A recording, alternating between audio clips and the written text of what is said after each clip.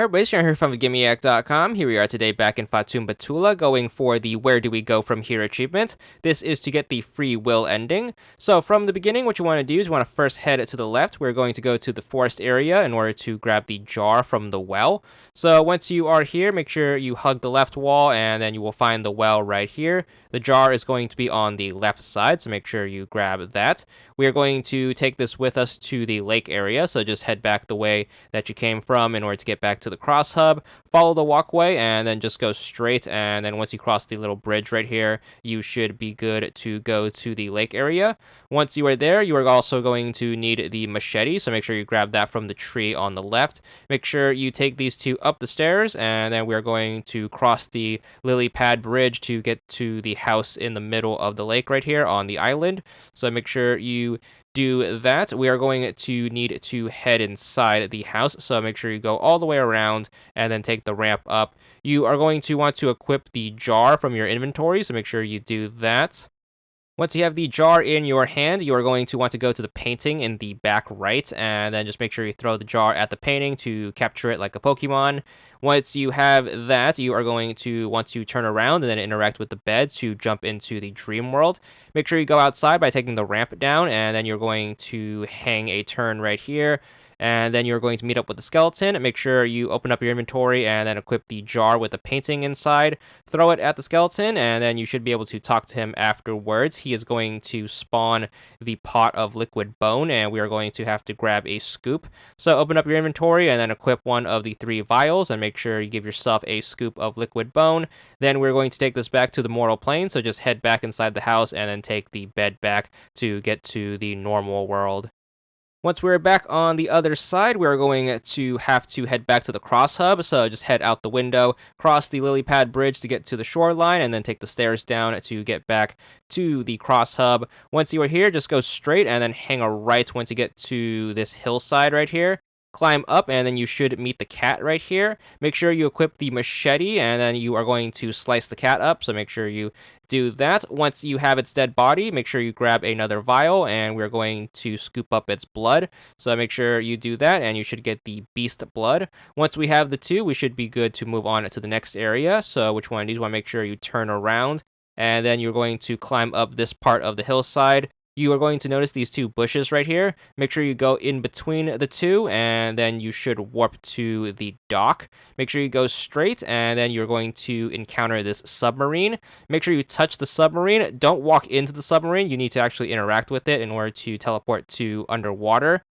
Once you are underwater, make sure you go straight. You should see this sunken church right here. Head on inside, and there should be a key to the back left. It doesn't matter whether or not you get the random event, so if it's there, just ignore it. So just head straight for the key, and then once you grab it, you are going to leave the church, and then head back to the submarine. Make sure you interact with it to warp back to the dock, and then once you are there, you're going to further backtrack to get to the cross hub. So just head straight, and then head into this gazebo, and that should send you back to the hub. Once you are back at the hub, you are going to go down the hillside and then take a right. This is going to take you back to the forest area where you grab the jar from the well. Once you are here, you are going to turn your attention to the right, and you are going to head in the direction of the waterfall. You are going to notice this plant right here. Which one you want to make sure you use both of your liquids on it. So make sure you use the liquid bone on it first, and then use the beast blood on it. You are going to Jack and the Beanstalk your way up to the top of the waterfall, and then you are going to wrap around the mouth of this river right here, and that should allow you to drop onto the other side of the water. So just make sure you make a big old U-turn right here, and then take a dip. Then you're going to follow the right wall until it turns, and then you should be in this little corridor that takes you down into this alcove, and then inside said alcove is going to be another church. Now, the door is going to be locked, so we're going to use that key that we got from the underwater church in order to open this one up. So open up your inventory, make sure you equip the key. To use it, you just throw it at the front door, and that should allow you to step on inside. Once you are inside, I wholeheartedly recommend making a save, so hit the Y button and then make sure you set the toggle over to save. Save in an empty slot, and then you are going to want to head on outside. Leaving the church is going to be the trigger for the random event, which is going to spawn a moon at the back of the church. If it's not there, you're going to have to load up from the save. So hit the Y button, make sure you set the toggle to load, and then just keep leaving the church and keep checking the back of it until the moon appears. It might take a few go-arounds in order for the moon to appear, but thankfully having that save is going to allow us to skip having to replay the entire game up to this point. So once it does appear, just walk into it, and then you should warp to this area.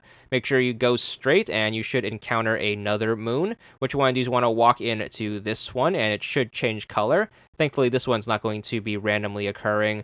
So once it changes color, that should be the trigger for the staircase directly in front of you. So just keep walking forward until you get to the stairs. Climb to the top of the stairs, and you should meet this NPC right here, who's going to be the character on the cover of the game. Just make sure you talk to them, and then after a long conversation, you should be able to turn around. There's going to be a waterfall right here. Equip your vial and make sure you grab a scoop. It's going to be some free will juice.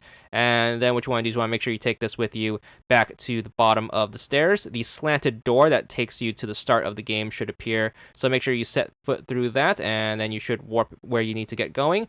Take these stairs up and then drop the free will juice into the water, and you should be good for yet another ending, as well as the achievement that goes along with it. There it is. It's going to be for 100 gamer score, and that's all there is to it.